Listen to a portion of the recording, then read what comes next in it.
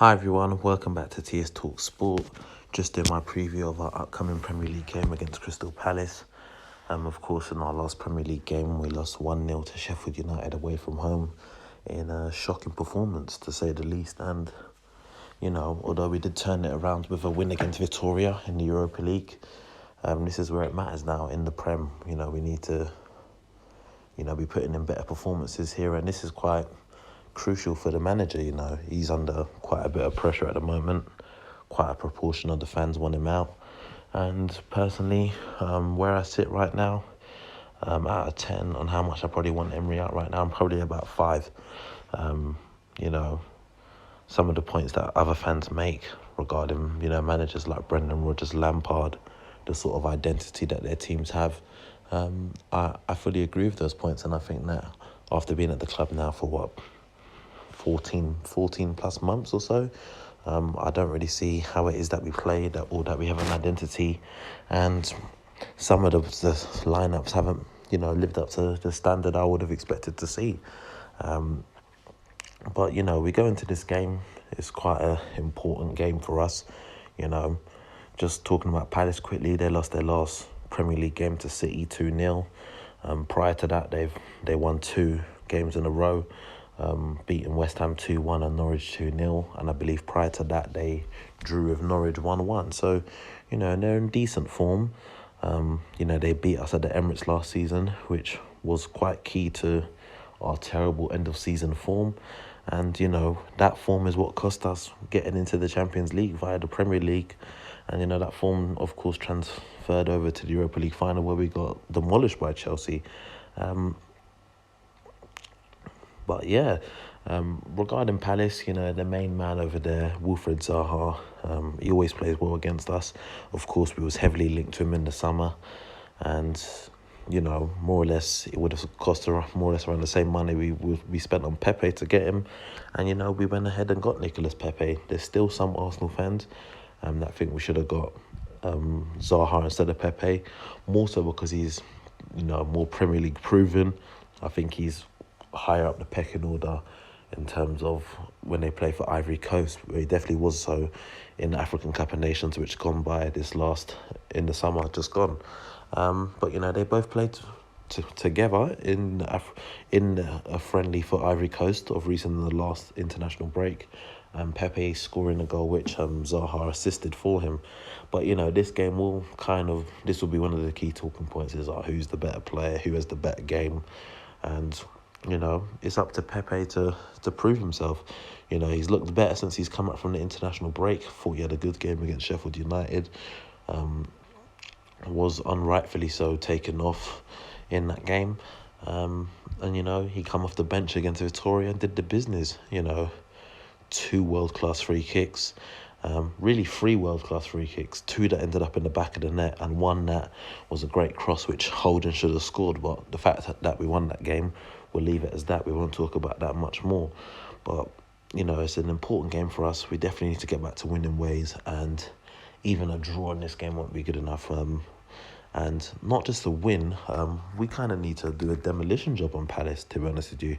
I look at someone like Spurs, having had the greatest start to the season. Everyone will talk about them getting pumped by Bayern 7-2. But, when they played Palace a few weeks back, they put 4 past them. I think some fans are saying the last real dominating performance I think we've had was like maybe against Bournemouth last season. I think at home we beat them 5-1. But other than that, we haven't really had no real standout demolition job performances, and we need to see them. Don't get me wrong, this is a tough game, but this is Arsenal Football Club, and no disrespect to Crystal Palace, I got some sort of affinity to the club. It's a club that my dad was a big fan of, before he passed away and stuff. So, I definitely feel some sort of respect and love for Crystal Palace as a club. But at the same time, we need to be doing demolition jobs on teams like this. And, without further doubt, I'm just going to get straight into my starting 11 that I would go for this game. In goal, I go with Leno. again, it's one of them ones you could kind of pick with your eyes closed, to be honest with you.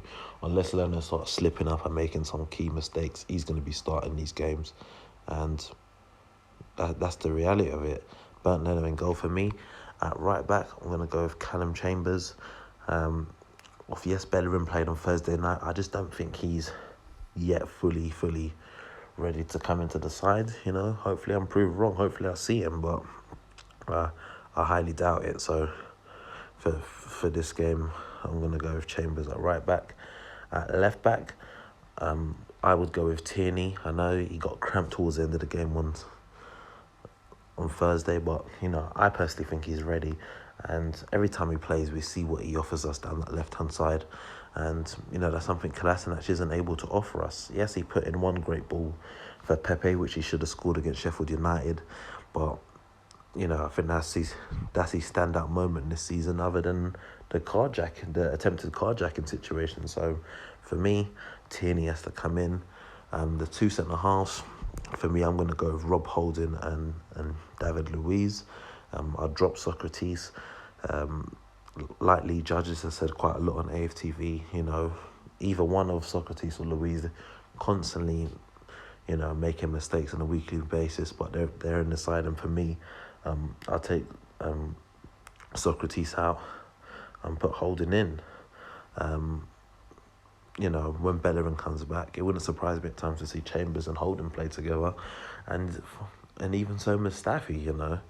The forgotten man. He's playing the Europa League games, the Carabao Cup games, and for me, he's playing decent. So it wouldn't surprise me to see him feature at some point in the season if he keeps playing to a decent standard. But that would be my back four I'd go for this game.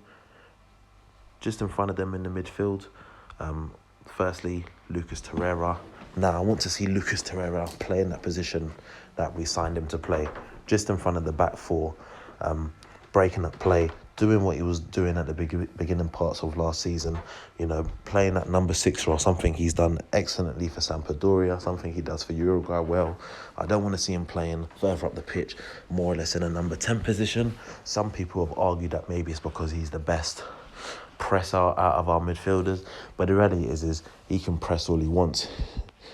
If the ball's played past him and around him and they're in on our defence, then he's not there to do the job of trying to provide that shield for the defence. So for me, Lucas Torreira, I want him in, but I only want him in if he's going to actually play that role. And I'd like to hear from either him or Emery. I'd like someone to actually question Emery in the press conferences and ask why is it he's playing like that. Because is it the player? Because if it's the player that's playing like that, is that an order from the manager, or is it the manager asking him to do that? And someone needs to come out, and one of the two parties need to come out and say what it is that's going on. But for me, Torreira starts, and I want to see him playing that defensive midfield role. Alongside him, I'll go with Matteo Guendouzi.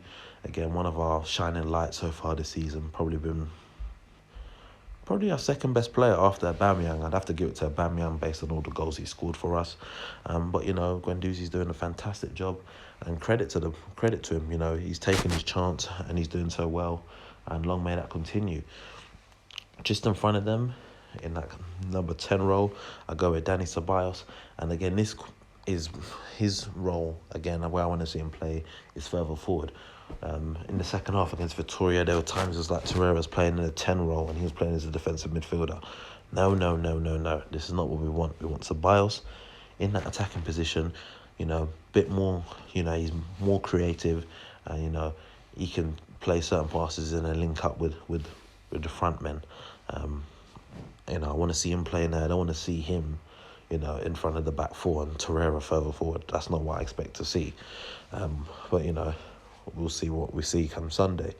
Off that right-hand side, Nicola Pepe. Don't even need to, question it. Man of the match on Thursday. 2 great free kicks. And I think he's going to push him from here. And hopefully he gets another goal in this game.